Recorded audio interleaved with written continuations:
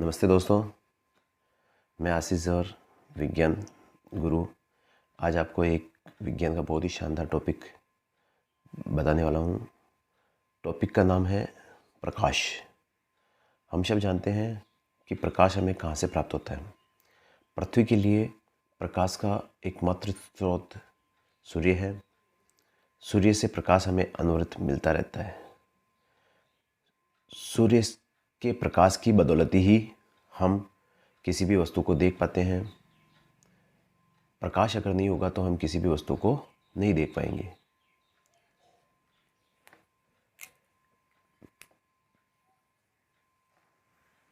माध्यम क्या होता है? माध्यम तीन तरह के होते हैं, ठोस, द्रव और गैस। ये आप सब जानते हो। ठोस कठोर होता है, द्रव लिक्विड या तरल अवस्था में होता है और गैस गैसीय अवस्था में होता है। अब हम पढ़ेंगे, क्योंकि परावर्तन पढ़ रहे हैं तो परावर्तन से पहले हमें कांच और दर्पण ये पढ़ना जरूरी है। दर्पण क्या होता है और कांच क्या होता है? हम सब जानते हैं कि कांच और दर्पण एक ही अवस्था में एक ही होते हैं, लेकिन ये गलत है। कांच वो होता है जिसके आर पार हम देख सकते हैं। जैसे बस के आगे लगा हुआ, कार के आगे लगा हुआ कांच जिसके आर पार हम देख सकते हैं, ट्रांसपेरेंट, पारदर्शी, तो वो कांच होता है। और कांच के पीछे एक तरफ यदि परावर्तक पॉलिश कर दी जाए तो वो बन जाता है अपना दर्पण। जिसमें हम चेहरा देखते हैं वो दर्पण है। आप दर्पण को पीछे से देखना, एक साइड में उसके सिल्वर कलर की या कत्थई कलर की पॉलिश लगी होगी, तो वो पॉलिश परावर्तक पॉलिश कहलाती है। और उस पॉलिश, कांच पर वो पॉलिश लगने के बाद में ही वो दर्पण बन जाता है। तो क्लियर हो गया कांच और दर्पण। कांच में पारदर्शी होता है, कांच उसके आर पार देखा जा सकता है, लेकिन दर्पण अपारदर्शी होता है, यानी उसके आर पार नहीं देख सकते हैं, उसमें अपनी परछाई प्रतिबिंब बनता है। अब है परावर्तन। परावर्तन क्या होता है? जब प्रकाश की किरण एक माध्यम से चलकर, यानी कौन सा माध्यम? हवा, एक माध्यम से चलकर दूसरे माध्यम की सतह यानी कि दर्पण, दूसरे माध्यम की सतह से टकराकर वापस उसी माध्यम यानी हवा में लौट जाती है, तो उसे प्रकाश का परावर्तन कहते हैं। कहने का मतलब है कि जब प्रकाश की किरण हवा माध्यम से चलकर दर्पण की सतह से टकराकर वापस हवा माध्यम में ही लौट आती है, तो इसे प्रकाश का परावर्तन कहते हैं। इस चित्र के द्वारा समझेंगे अपन। देखिए, यह है दर्पण। यह आपको जो दिखाई दे रहा है यह है दर्पण। और ये कोई प्रकाश की किरण आ रही है। ये कोई प्रकाश की किरण आ रही है हवा माध्यम से, और ये दर्पण पर टकरा रही है। दर्पण पे टकराकर वापस उसी माध्यम में ये लौट रही है। प्रकाश की किरण हवा माध्यम से चलकर दर्पण की सतह से टकराकर वापस हवा माध्यम ही लौट रही है, तो इसे प्रकाश का परावर्तन कहते हैं। अब है आपतित किरण। आपतित किरण क्या होती है कि जैसे अभी हमने बताया आपको कि ये कोई दर्पण है, इस पर ये प्रकाश की किरण, ये इसमें मैंने पॉलिश लगाई है, ये प्रकाश की किरण है जो इसके ऊपर आ रही है हवा माध्यम से। ये हवा माध्यम से आ गई, तो जो किरण आ रही है इसे आपतित किरण कहते हैं। जो किरण प्रकाश स्रोत से दर्पण के ऊपर आ रही है उसे आपतित किरण कहते हैं, यानी कि किसी पृष्ठ पर आने वाली प्रकाश की किरण को आपतित किरण कहते हैं। और ये यहाँ से टकराने के बाद वापस उसी माध्यम में लौट रही है, तो इस लौटने वाली किरण को परावर्तित किरण कहते हैं। तो आपतित किरण, परावर्तित किरण। आपतित किरण किसी पृष्ठ पर आने वाली प्रकाश की किरण को आपतित किरण कहते हैं। परावर्तित किरण, आपतित किरण पृष्ठ से टकराकर वापस उसी माध्यम में लौट आती है, इसे परावर्तित किरण कहते हैं। अब होता है आपतन कोण और परावर्तन कोण। आपतन कोण और परावर्तन कोण पढ़ने से पहले हम अभिलंब पढ़ेंगे। अभिलंब क्या होता है? अभिलंब होता है कि जैसे अभी हमने आपको ये दर्पण बनाया, ये दर्पण बन गया। दर्पण बनने के बाद में ये आपतित किरण आ रही है, ये आपतित किरण आई। आपतित किरण दर्पण के जिस बिंदु पर टकरा रही है, जैसे कौन से बिंदु पर टकरा रही है? इस बिंदु पर टकरा रही है। तो यहाँ पर जो टकराती है, यहाँ दर्पण से 90 डिग्री का कोण बनाया जाता है। ये अभिलंब कहलाता है। यानी अभिलंब हमेशा दर्पण के 90 डिग्री पर बनता है, दर्पण से 90 डिग्री के कोण पर बनता है, और उस बिंदु से बनता है जहाँ पर क्या हो रहा है? आपतित किरण दर्पण को छूती है, वहाँ से अभिलंब बनता है 90 डिग्री पर। अब आ गया समझ में? इस प्रकार अपने पास कई सारे अभिलंब दर्पण पर होते हैं, क्योंकि कई सारी आपतित किरणें होती है, जैसे यह आपतित किरण, यह आपतित किरण, यह आपतित किरण। तो कई सारी आपतित किरण होती है, तो इन सब आपतित किरण के पॉइंट पर जहाँ पर वो दर्पण से टकरा रही है, वहाँ पर अभिलंब बनता है। ये अभिलंब इसका, ये इसका अभिलंब, ये इसका अभिलंब। तो कई सारे अभिलंब अपने को दिखाई देते हैं, इसमें बनते हैं। अब है आपतन कोण और परावर्तन कोण। आपतन कोण और परावर्तन कोण क्या होते हैं?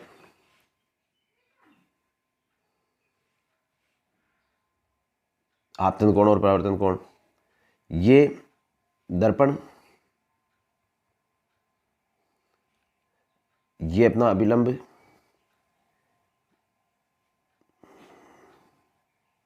ये आपतित किरण, ये परावर्तित किरण। आपतित किरण और परावर्तित किरण और अभिलंब, अभिलंब और आपतित किरण, इन दोनों के बीच में जो कोण होता है, इसको आपतन कोण कहा जाता है। इसे आई से लिखा जाता है। किससे लिखा जाता है? आई से, कोण आई बोलते हैं इसको, आई से लिखा जाता है। और अभिलंब और परावर्तित किरण, इसके बीच में जो कोण होता है, इसे परावर्तन कोण कहा जाता है। इसे आर से लिखते हैं। तो आपतन कोण और परावर्तन कोण दोनों समझ में आ गए होंगे। आपतित किरण और अभिलंब के बीच में कोण आपतन कोण, आपतित किरण परावर्तित किरण के बीच में कोण परावर्तन कोण कहलाता है। अब है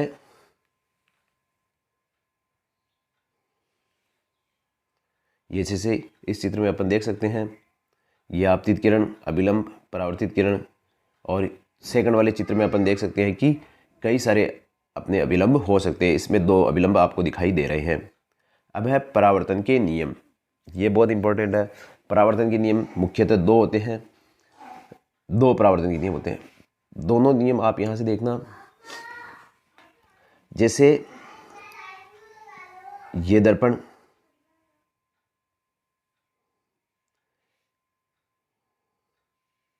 ये आपतित किरण, ये आपतित किरण बनी, तो यहाँ पर क्या बनेगा? अभिलंब, और यहाँ पर बनेगी अपनी परावर्तित किरण। अब आप देखेंगे कि ये आपतन कोण, ये हो गया, क्या बोलते हैं? आपतन कोण आई, और इधर हो गया आपतन परावर्तन कोण आर। तो पहला नियम क्या होता है कि आपतन कोण और परावर्तन कोण दोनों का मान बराबर होता है। यानी कोण आई किसके बराबर है? कोण आर के। किसके बराबर है? कोण आर के। कोण आई का मान कोण आर के बराबर होता है। यानी कोण आई जितना होगा, चाहे वो 90 डिग्री हो, चाहे वो 60 डिग्री हो, तो कोण आर भी 60 डिग्री होगा। कोण आई 30 डिग्री हो, तो कोण आर भी 30 डिग्री होगा। कैसे? ये जैसे ये अभिलंब, ये आपतित किरण ऐसे आ रही है, ये आपतन कोण इतना बना दिया 70 डिग्री के लगभग, तो परावर्तन कोण भी 70 डिग्री के लगभग बनेगा। ऐसे ही अगर आपतन कोण, अगर अपने को ये 20-15 डिग्री बनाया, तो इधर भी ये 15 डिग्री बनेगा परावर्तन कोण। तो इस प्रकार कोण आई का मान किसके बराबर होता है? कोण आर के बराबर होता है। ओके,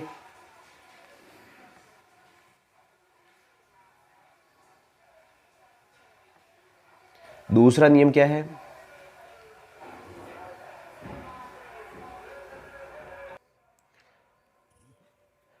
परावर्तन का दूसरा नियम है, जिसे अभी देखा अपन ने कि ये अपनी दर्पण, ये आपतित किरण, ये परावर्तित किरण और ये अभिलंब। और एक सबसे चीज़ इंपॉर्टेंट देखना कि ये तीनों एक ही माध्यम में। ये कौन सा माध्यम था इधर? हवा। कौन सा माध्यम था? हवा। और ये इधर कौन सा माध्यम है? ये दर्पण। दर्पण। तो तीनों जो आपतित किरण है, परावर्तित किरण है और अभिलंब है, तीनों एक ही तल में स्थित है, यानी एक ही तरफ स्थित है, एक ही तल में स्थित है। तो दूसरा नियम यही हो गया कि आपतित किरण, अभिलंब और परावर्तित किरण तीनों एक ही तल में स्थित होते हैं। तो दोनों नियम क्लियर हो गए कि कोण आई बराबर कोण आर होता है, यानी आपतन कोण का मान परावर्तन कोण के बराबर होता है। और दूसरा नियम, तीनों आपतित किरण, परावर्तित किरण, अभिलंब तीनों एक ही तल में स्थित होते हैं। अब है पार्श्व परिवर्तन। पार्श्व परिवर्तन आपने दर्पण तो सबने देखा ही होगा। आप सुबह उठते ही अपना चेहरा देखते हो, ब्रश करते हो तब, या कंघी करते वक्त अपने दर्पण में अपना चेहरा देखते हो। तो दर्पण में क्या होता है कि अपन हाथ राइट हैंड ऊपर करेंगे, दायां हाथ ऊपर करेंगे तो वो दर्पण में बायां हाथ ऊपर होगा, और अपन बायां हाथ ऊपर करेंगे तो दर्पण में दायां दिखाई देगा, दायां हाथ ऊपर होगा। यानी कि दर्पण में अपना जो प्रतिबिंब होता है, अपना जो प्रतिबिंब होता है उसमें उल्टा दिखाई देता है। यानी कि हम दायां भाग, हमारा दायां भाग उस दर्पण में बायां भाग दिखाई देता है, और हमारा बायां भाग दर्पण में दायां भाग दिखाई देता है। दर्पण द्वारा जो भी प्रतिबिंब बनता है उसमें वस्तु का बायां भाग दायां दिखाई देता है और वस्तु का दायां भाग बायां दिखाई देता है। इसी घटना को पार्श्व परावर्तन या पार्श्व परिवर्तन कहते हैं। पार्श्व परिवर्तन क्या होता है? दर्पण में प्रतिबिंब, दर्पण के द्वारा बने प्रतिबिंब में वस्तु का दायां भाग बायां जबकि बायां भाग दायां दिखाई देता है। इसे पार्श्व परिवर्तन कहते हैं। अब देखेंगे विसरित परावर्तन और नियमित परावर्तन। क्या होता है विसरित परावर्तन, नियमित परावर्तन? विसरित परावर्तन क्या होता है कि जब अपन दर्पण जो ले रहे हैं, ये दर्पण अगर खुरदरा है, इस प्रकार उसका तल है, खुरदरा तल, ठीक है, तो इसमें क्या होता है कि जो परावर्तन होता है वो नियमित नहीं होता है। कैसे? इसको मैं थोड़ा जूम करके दर्पण को बना रहा हूं।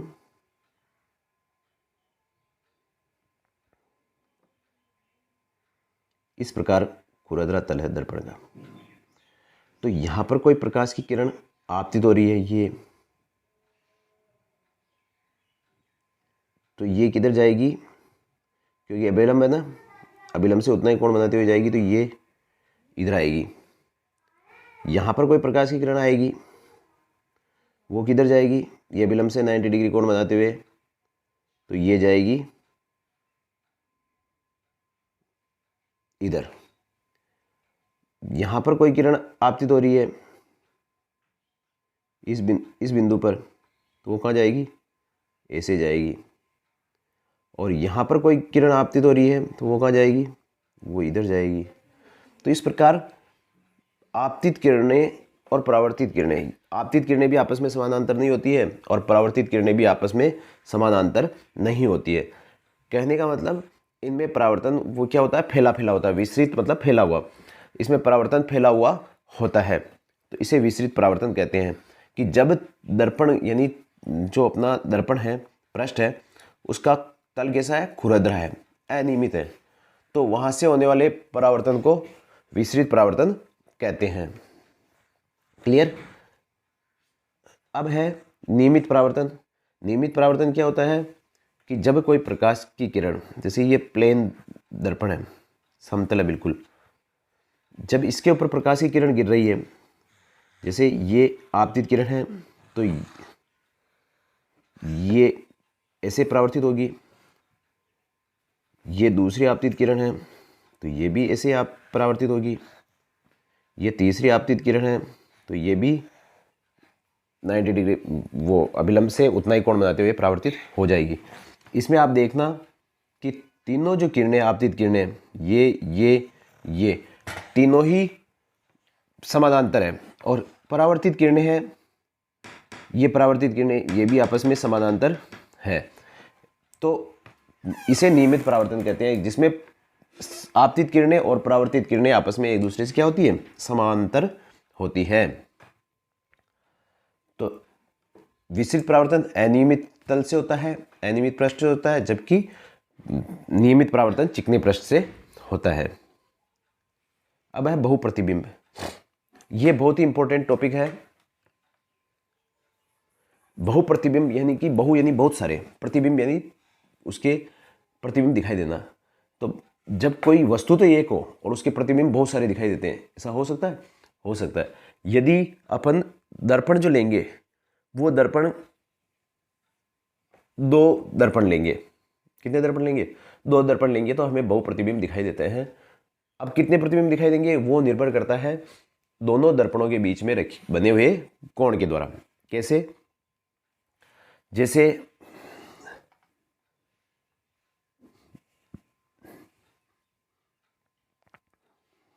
ये एक दर्पण है, ये एक समतल दर्पण है और मैंने इसके पास में ही एक दूसरा दर्पण टेप के द्वारा चिपका दिया है।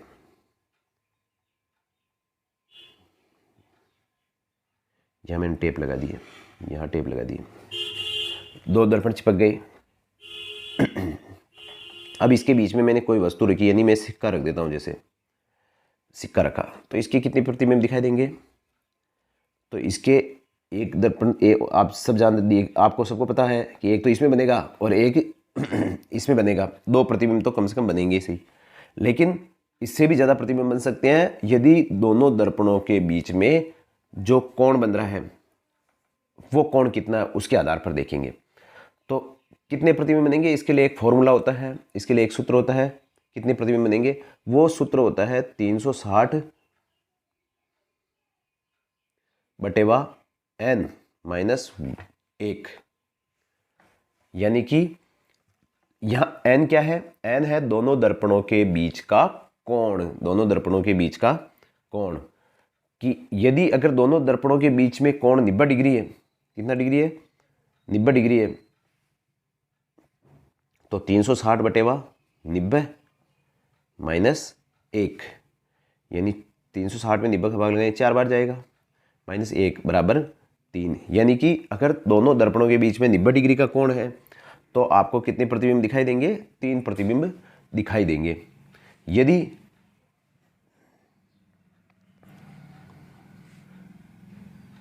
दोनों दर्पणों के बीच में 120 डिग्री का कोण है तो 360 बटेवा 120 माइनस 1 बराबर 3 माइनस 1 बराबर 2। कितने प्रतिबिंब दिखाई देंगे? 2 प्रतिबिंब आपको दिखाई देंगे। ओके,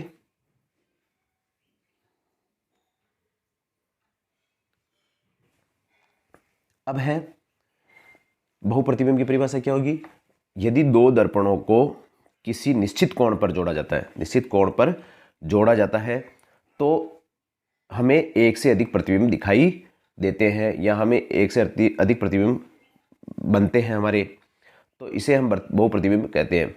यदि 2 समतल दर्पणों को एक निश्चित कोण पर जोड़ा जाता है तो एक से अधिक प्रतिबिंब बनते हैं, इसे हम बहुप्रतिबिंब कहते हैं। बनने वाले प्रतिबिंबों की संख्या के लिए आपको सूत्र बताया है 360 बटेवा n माइनस 1। n क्या है? यहाँ n है दोनों दर्पणों के बीच का कोण। अब जैसे मैंने 60 डिग्री का कोण ले लिया, 60 डिग्री का कोण लिया, क्या होगा? 360 बटेवा 60 माइनस 1, यानी कि 360 में 60 का भाग लगाएंगे 6 माइनस 1 बराबर कितने आएंगे प्रतिबिंब? 5। देखिए आप, अगर दोनों दर्पणों के बीच में कितना डिग्री का कोण है? 60 डिग्री। जैसे कैसे? ये एक दर्पण और ये दूसरा दर्पण, ये 60 डिग्री का कोण मैंने दोनों दर्पणों के बीच में बना दिया। अब यहाँ पर मैं कोई सिक्का रखूँगा तो इसके मेरे को कितने प्रतिबिंब दिखाई देंगे? 5 प्रतिबिंब दिखाई देंगे। जबकि आपको तो 2 ही बताओगे आप, 2 नहीं बनते, कितने बनते हैं? 5 बनते हैं। 5 प्रतिबिंब दिखाई देंगे। गुड। एक उपकरण होता है हमारा कैलाइडोस्कोप। कैलाइडोस्कोप भी बहुप्रतिबिंब के आधार पर आधारित होता है। बहुप्रतिबिंब की घटना जो होती है उसके ऊपर आधारित होता है। ये एक इसके द्वारा हम इस प्रयोग करके देखते हैं। एक बॉक्स के अंदर 2 दर्पण लगा देते हैं चिपका कर, और फिर उसके एक तल पे तो अपन छिद्र कर लेते हैं एक साइड में, और एक साइड में कुछ कलरफुल कांच के टुकड़े, जैसे कटी हुई चूड़ियाँ, टूटी हुई चूड़ियाँ, वो रख देते हैं। तो वो उस छिद्र में से देखने पर हमें चूड़ियाँ अलग अलग प्रतिबिंब बनते हुए दिखाई देती हैं, और कभी भी एक प्रतिबिंब दूसरे का रिपीट नहीं होता है, हमेशा अलग अलग प्रतिबिंब दिखाई देते हैं। बहुप्रतिबिंब कितने बनेंगे, इसके लिए ये स्लाइड देखिए आप। जैसे इसमें दोनों दर्पण हैं, पहली स्लाइड में दोनों दर्पणों के बीच में 90 डिग्री का कोण है, बीच में सिक्का रखा हुआ है, तो यहाँ 3 प्रतिबिंब दिखाई दे रहे हैं। और दोनों दर्पणों के बीच में 180 डिग्री का कोण है और एक सिक्का रखा हुआ, तो वहाँ 2 प्रतिबिंब दिखाई दे रहे हैं। इसी के साथ आपका परावर्तन का ये टॉपिक फिनिश हुआ। अब हम नेक्स्ट टॉपिक में अगली जो पार्ट है आँख वगैरह, उसके बारे में चर्चा करेंगे। अगर आपको हमारा चैनल समझ में आया हो तो आप इसको ज़रूर सब्सक्राइब करें। बहुत ही इजी भाषा में आपको साइंस समझाई जाएगी। साथ में बेल आइकन को दबाना नहीं भूलें, लाइक भी करें और सब्सक्राइब ज़रूर करें ताकि आने वाली क्लास आपको इजीली प्राप्त हो सके। Thank you.